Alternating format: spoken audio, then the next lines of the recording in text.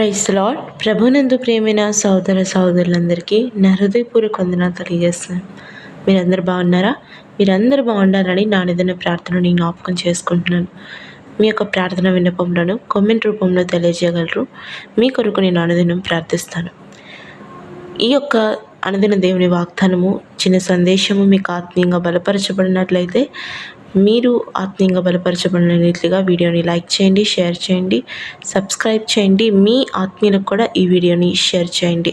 మిమ్మలను మీ కుటుంబాన్ని దేవుడు దీవించును గాక. ఆమేన్. Praise the Lord. ఈరోజు నీ కొరకు దేవుని వాగ్దానం, ఆదికాండము 17వ అధ్యాయము 2వ వచనం. నిన్ను అత్యధికంగా అభివృద్ధి పొందించేదను. ఆమేన్. ప్రియ సోదరి, ప్రియ సోదర, గొప్ప వాగ్దానంతో దేవుడు ఈరోజు మనతో మాట్లాడుతున్నాడు. అదేమిటనగా, మనల్ని ఆయన అత్యధికంగా అభివృద్ధి పొందిస్తాడంట. ఏ విషయంలో? మనం ఏ విషయంలో అయితే అభివృద్ధి పొందవలసిందో, ఏ విషయంలో మనం ఆశీర్వదించబడితే, అభివృద్ధి పొందితే మనము గొప్పవారిగా అవుతామో, దేవుడు మనల్ని ఆ విషయంలో, ఆ యొక్క ప్రాంతంలో, ఆ యొక్క రంగంలో దేవుడు మనల్ని అభివృద్ధి పొందించగల సమర్థుడు. ఈరోజు ప్రియ సోదరి, ప్రియ సోదర, అభివృద్ధి విషయానికి చూద్దాం.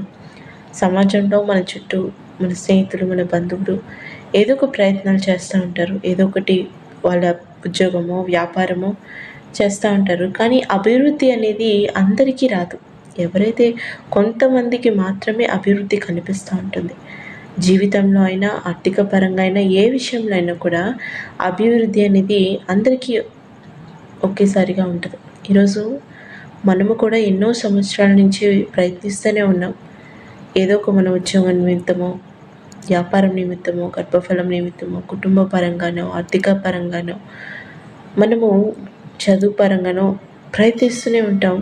కానీ అభివృద్ధి కనిపించకపోతేసరికి ఎంతో నిరుత్సాహపడిపోతూ ఉంటాం. అవును, ఒక చెట్టు తన ఫలములు ఇవ్వకపోతే మనము ఎంత దానికి నీరు పోసి, నారు పోసి అంత సమయం వ్యర్థము అనుకుంటామో, మనం ఎంత ప్రయత్నించినా దానికి ఫలము రాకపోతే అంతే బాధపడతాం. ప్రియ సోదరి, ప్రియ సోదర, మనం చేస్తునే పనిలో మనకి అభివృద్ధి ఎంతైనా అవసరం. మన చదువులో, ఒకవేళ మనం చదువుకునే వాళ్ళమైతే చదువులో వాళ్ళకి అభివృద్ధి అవసరము. ఉద్యోగం చేస్తున్న వాళ్ళకైతే వాళ్ళ ఉద్యోగంలో వాళ్ళకి అభివృద్ధి, వ్యాపారం చేస్తున్న వాళ్ళకైతే అభివృద్ధి కావాలి, కుటుంబ పరంగా ఇంకా అభివృద్ధి, దినదినము అన్ని విషయాల్లో మనం అభివృద్ధి చెందాలి. అలా మనము అభివృద్ధి చెందాలి, అభివృద్ధిని పొందుకోవాలంటే అది కేవలము మనంతట మనం ప్రయత్నాలు చేస్తే కాదు, దేవుని యొక్క కృప కూడా మనకి ఎంతైనా అవసరం. ప్రియ సోదరి, ప్రియ సోదర, అనేక మంది మనము బైబిల్ గ్రంథంలో చూస్తాం. అబ్రహాముకి దేవుడు ఆనాడు ఈ వాగ్దానాన్ని చేశాడు. ఈరోజు నీకు నాకు దేవుడు ఈ వాగ్దానాన్ని చేస్తున్నాడు. అత్యధికంగా అబ్రహాముని దేవుడు అభివృద్ధి పొందిస్తా అన్నాడు. అదే రీతిగా అబ్రహాముని దేవుడు దీవించాడు. ఎందుకు దేవుడు దీవించాడంటే, దేవునికి అబ్రహాముకి దేవుడు ఒక నిబంధనను పెట్టాడు, ఒక కమిట్మెంట్ని పెట్టాడు. ఈరోజు నీకు నాకు కూడా దేవుడు ఒక కమిట్మెంట్, ఒక నిబంధనని పెట్టాడు.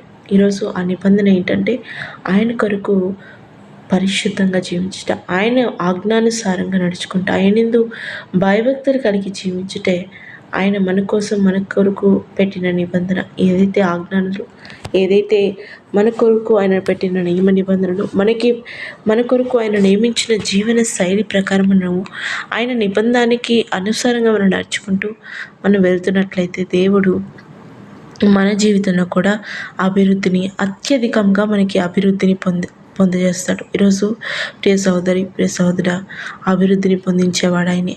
అత్యధికంగా అభివృద్ధి పొందించేవాడని ఆయన అభివృద్ధి అని కూడా అనలేదు. ఆనాడు అబ్రహాంతో అత్యధికంగా అభివృద్ధి చెందిస్తాడు. ఈరోజు నీకు నాకు కూడా అటువంటి అభివృద్ధి, అటువంటి అత్యధికమైన అభివృద్ధి, మనము పై స్థాయిలో గొప్ప స్థానంకి దేవుని మహిమపరచాలనే ఆశ మనం కలిగి ఉన్నట్లయితే, ఆయన కొరకు మనము భయభక్తులు కలిగి జీవితము మనం అబ్రహాము వలె, ఆనాడు అబ్రహాము తన సొంత జనుని, తన లోకానుసారమైన యొక్క జీవితాన్ని వదిలేసి దేవుని కొరకు ఎట్లాగే అయితే వచ్చేసాడో ఆయన మాట చొప్పున, ఈరోజు మనము కూడా అట్టి హృదయం ఉంటే మనల్ని కూడా దేవుడు అత్యధికంగా అభివృద్ధి పొందిస్తాడు. ఆమేన్.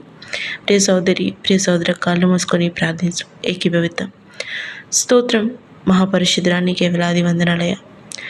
అబ్రహాముని ఏ విధంగా అయితే మీరు అత్యధికంగా అభివృద్ధి పొందించారో, అదే రీతిగా బిడ్డల్ని కూడా మీరు అత్యధికంగా అభివృద్ధి పొందించగల సామర్థ్యం కలిగిన గొప్ప దేవుడివి. ఇదిగో నా తండ్రి, వాళ్ళు ఏ విషయంలో అయితే వాళ్ళు ప్రయత్నాలు చేస్తున్నారో, ఏదైతే ప్రయాస పడుతున్నారో, ఆయా వాళ్ళ కుటుంబ పరంగా, వ్యాపారంగా, పిల్లల నిమిత్తము, గర్భఫలం నిమిత్తము, చదువు నిమిత్తము ఏదైతే వాళ్ళు ప్రయాస పడుతున్నారో, ప్రయత్నాలు చేస్తున్నారో దాంట్లో మీరు అయా నీ కృప చొప్పున అయ్యా వాళ్ళకి అభివృద్ధి మీరు కలగచేయండి. నీ నామాన్ని మహిమపరచుకోండి. ఆనాడు అబ్రహాము ఏ విధంగా అయితే నీ మాటను అనుసారంగా చేసుకొని నీతో చేసిన నిబంధన ప్రకారం తన జీవితాన్ని కొనసాగించాడు, బిడ్డలకు కూడా అటువంటి విశ్వాస జీవితాన్ని ఇవ్వమని కోర్చిన, అటువంటి నిరీక్షణ కలిగిన హృదయాన్ని ఇచ్చి ఈ నామాన్ని మహిమపరచుకోమని యేసు నామములో ప్రార్థిస్తున్నాము నా తండ్రి. ఆమేన్.